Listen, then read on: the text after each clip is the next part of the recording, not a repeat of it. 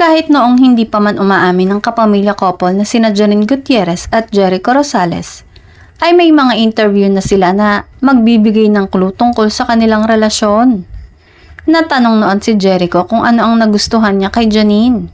Sinagot naman nito ng aktor na si Janine yung tipo ng babaeng wala ka nang hahanapin pa. Nasa kanya na ang lahat, kumbaga wife material na. Nung si Janine naman ang na-interview sa magkabilang event at natanong kung kumusta naman si Echo as a partner.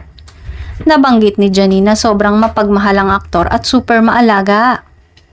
Dagdag pa ng aktres, sobrang na-appreciate niya ang aktor dahil kahit sa mga simpleng kaganapan or simpleng bonding moments nila ay naglalaan ito ng oras para samahan siya.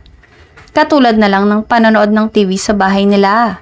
Sabay silang kumakain at ang palaging pag-a-update ng aktor at pangungumusta sa tuwing hindi sila magkasama. Kitang-kita talaga sa mga mata ng aktor na in love na siya kay Janine at tulad nga ng sinabi niya, wala na siyang mahihiling pa.